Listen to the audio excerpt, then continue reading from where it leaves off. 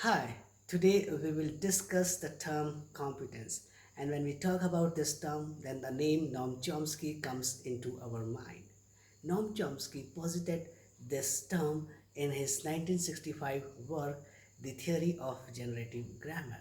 Often this term is used in contrast with performance. At the same time, it is often compared with the term langue and parole used by Ferdinand de Saussure. So what is linguistic competence? Chomsky states that linguistic competence is an internalized knowledge the language user possesses of the language system. So you and I, we also possess this competence. We know which sentences and utterances are meaningful and grammatically correct. Even we have the data of infinite number of sentences, then also we can judge that which sentences and utterances are correct and appropriate. Now, what is performance? Now, performance is not internalized knowledge, but it is based on internalized knowledge. Performance is actualized. So, actualized speaking and writing is an example of performance. Performance is also associated with various styles. For example, if I need to write a poetry, then I need to use different style. If I need to communicate with you, then I need to use different style. If I need to make an argument, then I need to use different styles.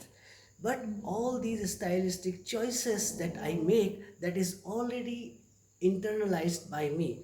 So stylistic choices which are internalized by me, that is an example of competence. But a specific style that I use when I'm actually speaking on writing, that is an example of performance.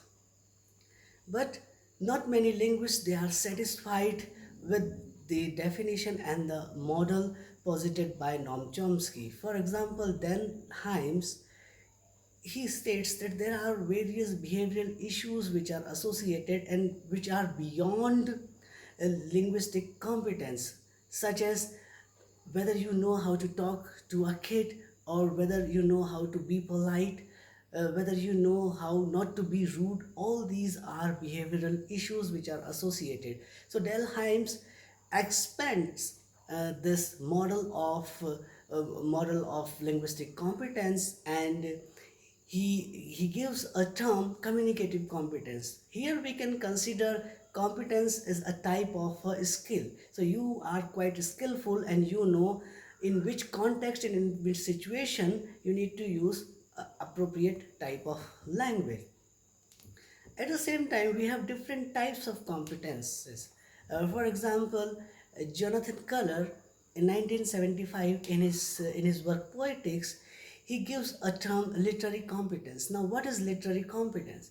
Literary competence is an ability of a reader to know various works in the same genre, for have a better understanding of the work and for have a good interpretation of that particular work. So literary competence is again a sort of ability, a sort of skill that we have, that a reader possesses. Similarly, we have academic competence. Now academic competence is again a skill and an ability that a person possesses to know how to write academic paper, how to read academic paper, and how to make an argument, how to conduct a research. So all these terms are associated with academic competence. At the same time, we also have one term, narrative competence. Now, what is narrative competence? So, narrative competence is related to an ability a person possesses to tell stories. So this is again a type of skill that we have. So, we have discussed various types of competences in this short video. I hope you like this video, and we will discuss other such things in future video. Thank you for watching.